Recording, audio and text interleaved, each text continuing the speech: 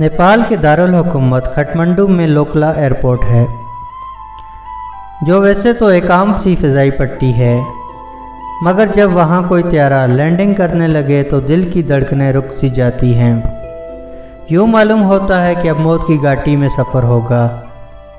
इस एयरपोर्ट को दुनिया का सबसे ख़तरनाक एयरपोर्ट कहा जाता है। लोकला एयरपोर्ट 27 समुंदर से 2800 मीटर की बुलंदी पर वाक़या है। इस एयरपोर्ट का रनवे 500 मीटर लंबा है और इस रनवे का एहतमाम एक गहरी खाई पर होता है, जहां त्यारा उतारने के दौरान अगर कोई पायलट ज़रा सी बेहतियाती कर दे तो मुसाफिर सीधे 2000 फुट की गहरी खाई में जा गिरेंगे और ये मुमकिन ही नहीं कि किसी का कोई दोबारा सुराग भी मिल सके।